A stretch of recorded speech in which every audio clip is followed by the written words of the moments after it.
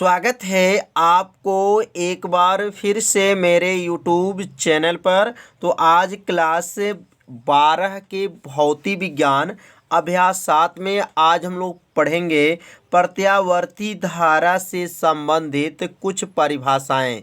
मतलब प्रत्यावर्ती धारा से जो परिभाषाएं कौन कौन हैं, जैसे आवर्तकाल क्या है, आवृत्ति क्या है, औसत मान क्या है, प्रत्यावर्ती धारा का जो है औसत मान क्या होता है, प्रत्यावर्ती वोल्टेज का औसत मान क्या होता है, आज इस वीडियो में बताया जाएगा। और आप सभी विद्यार्थी इसे अपने कॉपी में नोट करते चलिएगा, जिससे आपका एक नोट्स भी बनता रहेगा। तो पिछले भाग में हम लोग पढ़े थे प्रत्यावर्ती धारा और दिष्ट धारा। तो यदि आप उस भाग का वीडियो आप नहीं देखे होंगे तो प्लेलिस्ट में वीडियो है, वहां से जा कर के उस भाग का वीडियो आप देख सकते हैं। तो आवर्तकाल क्या है, तो इसका उत्तर होगा बहुत ही आसान। इसका उत्तर है, बस थोड़ा सा आपको ध्यान देना है, उत्तर आपको क्या होगा याद हो जाएगा। तो प्रत्यावर्ती धारा अपनी एक चक्र पूरा करने में जितना समय लगता है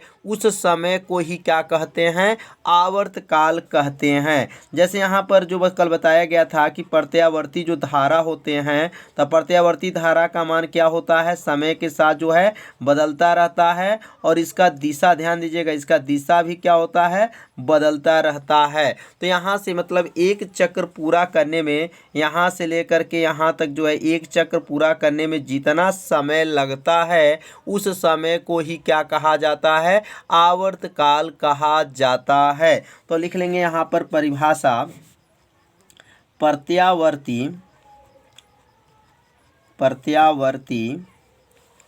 धारा अपनी एक चक्र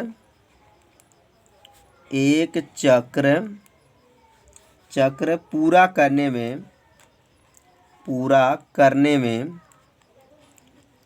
में लगा समय को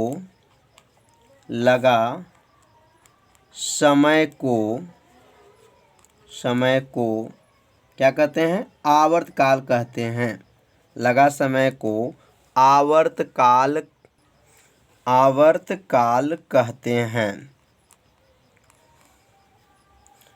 कहते हैं। इसे टी से प्रदर्शित करते हैं, इसे टी से प्रदर्शित करते हैं, टी से प्रदर्शित करते हैं। इसका मात्रक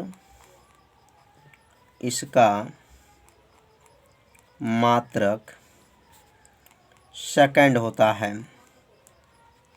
इसका मात्रक क्या होता है, सेकंड होता है। तो समझ में आ गया होगा परिभाषा।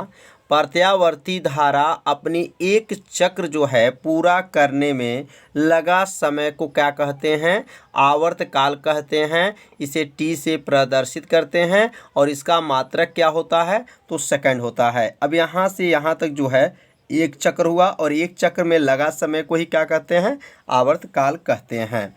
तो आवर्तकाल जो है घरेलू जो परिपथ होता है उसमें जो है प्रत्यावर्ती धारा का जो आवर्तकाल कितना होता है, तो 1/50 जो है सेकंड होता है। तो यहाँ पर आप सभी विद्यार्थी से विशेष में नोट कर लीजिएगा, विशेष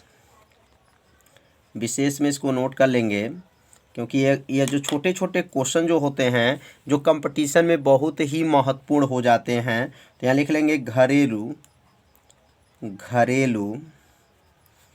परिपथों में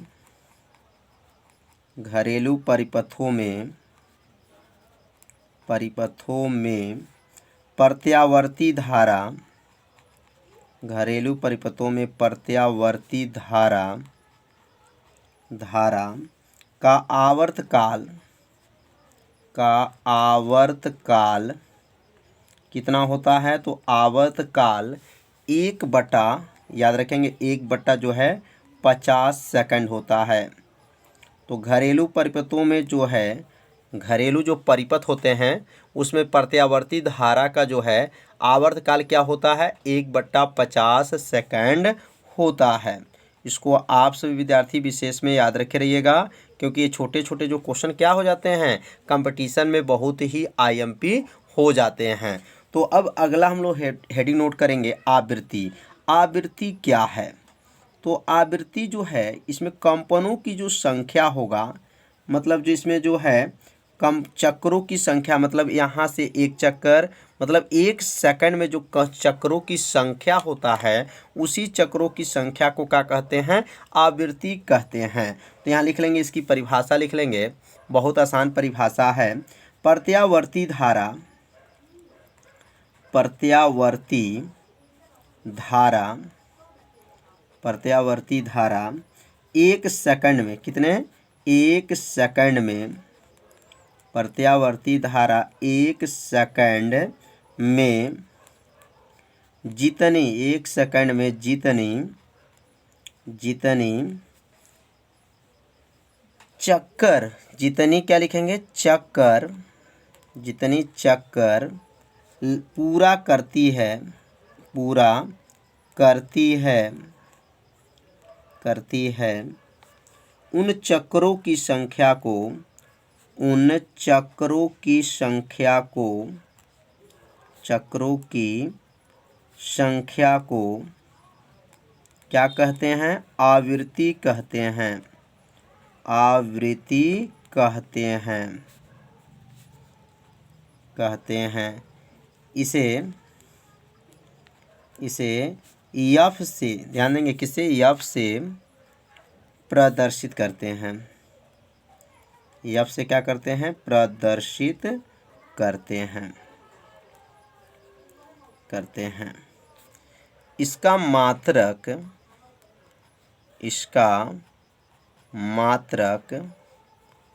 हर्ट्ज, इसका मात्रक क्या होता है, हर्ट्ज। इसको कोष्टक में HZ लिख सकते हैं, होता है। तो आवृत्ति का मात्रक क्या होता है, हर्ट्ज होता है। इसको HZ से प्रदर्शित किया जाता है। तो यहाँ पर ध्यान देंगे, आवृत्ति क्या है, तो प्रत्यावर्ती धारा एक सेकंड में जितनी चक्कर पूरा करती है उन चक्रों की संख्या को ही क्या कहते हैं, आवृत्ति कहते हैं। इसे अब से प्रदर्शित करते हैं और इसका जो मात्रक होता है वह क्या होता है, हर्ट्ज होता है। और यहाँ विशेष में याद रखेंगे, विशेष में भी याद रखिएगा, विशेष में याद रखेंगे कि आवृत्ति का मात्रक जो है, आवृत्ति का मात्रक पहला क्या पढ़े हैं, हर्ट्ज होता है। और आवृत्ति का जो दूसरा मात्रक होता है, तो आवृत्ति का मात्रक होता है, बराबर कर लेंगे, पहला लिख लेंगे कंपन प्रति क्या होता है, सेकंड होता है, कंपन प्रति सेकंड पहला मात्रक हो गया। दूसरा इसका मात्रक होता है साइकिल प्रति सेकंड, साइकिल प्रति सेकंड। तो इसका कितने मात्रक हो गया, इसका 3 मात्रक आप लोग याद रखे रहिएगा। पहला जो है हर्ट्ज है, दूसरा कंपन प्रति सेकंड है और तीसरा जो है साइकिल प्रति जो है सेकंड है। तो यह 2 परिभाषा आप लोग को अच्छे से समझ में आ गया होगा कि आवर्तकाल मतलब समय होता है और आवृत्ति का मतलब कंपनों की संख्या या चक्रों की जो है संख्या होता है। तो यहाँ पर चक्रों की संख्या याद रखेंगे, क्योंकि ये तरंग नहीं है, तरंग रहता है तो चक्रों की संख्या, कंपनों की संख्या होता है। लेकिन यहाँ पे जो है प्रत्यावर्ती धारा है तो उसमें जो है चक्रों की संख्या ही क्या कहलाएगी, उसकी आवृत्ति कहलाती है। तो अब अगला हेडिंग है प्रत्यावर्ती धारा का औसत मान।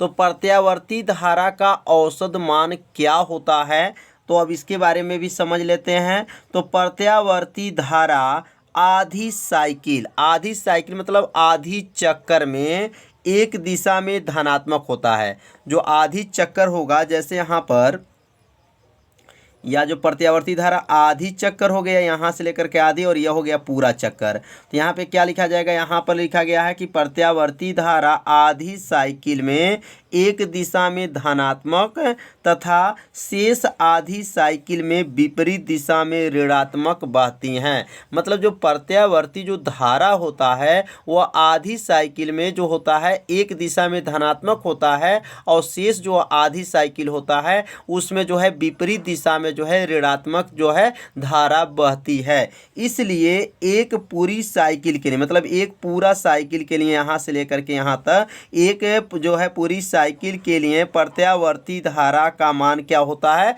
शून्य होता है। मतलब आधा धनात्मक है और आधा ऋणात्मक है। और जब एक पूरा चक्कर होता है तो उसमें औसत मान क्या हो जाता है? शून्य हो जाता है। तो यहाँ लिख लेंगे पहले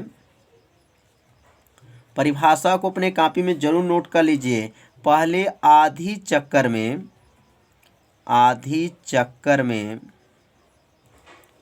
चक्कर के लिए धारा का औसत मान, धारा का क्या है? औसत मान, धारा का औसत मान। अब औसत मान क्या होगा? तो औसत मान किससे प्रदर्शित करते हैं? IM से।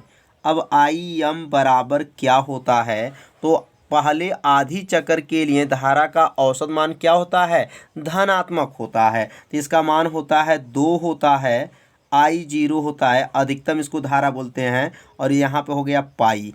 अब यहाँ पाई का मान 3.14 होता है। अब यहाँ पर पाई का मान जब 3.14 में जब 2 में भाग करेंगे, भाग दे देंगे तो कितना हो जाएगा? तो यहाँ एक लाइन और लिख सकते हैं, IM बराबर 2, यहाँ पे लिख लेंगे I0 बटा जो हो जाएगा 3.14। ये किनका मान है? पाई का मान है। अब ये 3.14 से जो है 2 में भाग कर देंगे तो IM का मान कितना गया? तो IM का मान याद रखिएगा 0.637 और क्या हो जाएगा यहाँ पर? I0 हो जाएगा। तो यह पहले आधी चक्कर के लिए जो है धारा का ये क्या है? औसत मान हो गया। अब अगला जो लिखेंगे दूसरी आधी, यहाँ लिखेंगे अब यहाँ पर दूसरी आधी चक्कर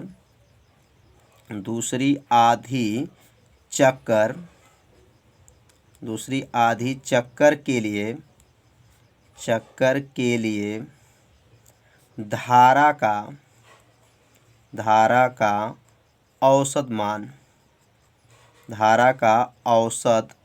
मान। तो दूसरी आधी साइकिल के लिए धारा का जो है औसत मान कितना हो जाएगा? तो यहाँ IM है तो यहाँ पर भी IM रहेगा, लेकिन दूसरी जो आधी चक्कर में यहाँ क्या बताया गया है? ऋणात्मक होता है। तो यहाँ IM जो यहाँ 2I0 लिखे हैं तो यहाँ क्या हो जाएगा? -2I0 बटा क्या हो जाएगा? पाई हो जाएगा। ये माइनस क्यों हो गया? क्योंकि आधी साइकिल धनात्मक होता है और आधी साइकिल मतलब जो है ऋणात्मक होता है। साइकिल का अर्थ मतलब चक्कर होता है। तो अब यहाँ पर माइनस हो गया। अब यहाँ पर पाई का मान इसमें भी रख लेंगे तो IM बराबर हो जाएगा -2I0 हो जाएगा बटा हो गया 3.14 जो है 4 किसका मान है? यह पाई का मान है। अब 3.14 से जो है 2 में भाग कर देंगे तो IM बराबर क्या आ जाएगा? IM बराबर -0.637 और क्या है? 0.637 और क्या बनेगा यहाँ पर? I0 हो जाएगा। तो ये किसका मान निकल गया? IM का मान निकल गया। तो यहाँ पर जो है पहले आधी साइकिल और दूसरी आधी साइकिल का मान निकल गया। अब लिखेंगे अतः। अब क्या लिखेंगे? अतः, यहाँ लिख लेंगे अतः पूरी चक्कर, क्या लिखेंगे? पूरा जो चक्कर है मतलब एक चक्कर के लिए, तो लिखेंगे पूरी एक चक्कर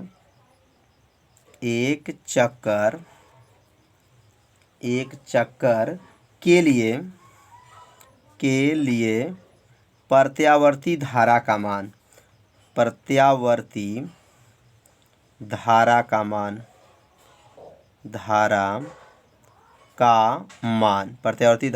मान तो यहाँ पर जो है एक पूरा चक्कर जब करेंगे तो आधा चक्कर में मान कितना आया है? तो यहाँ लिख लेंगे यहाँ पर I बराबर हो जाएगा। अब यहाँ IM का मान जो पहला मान कितना आया था?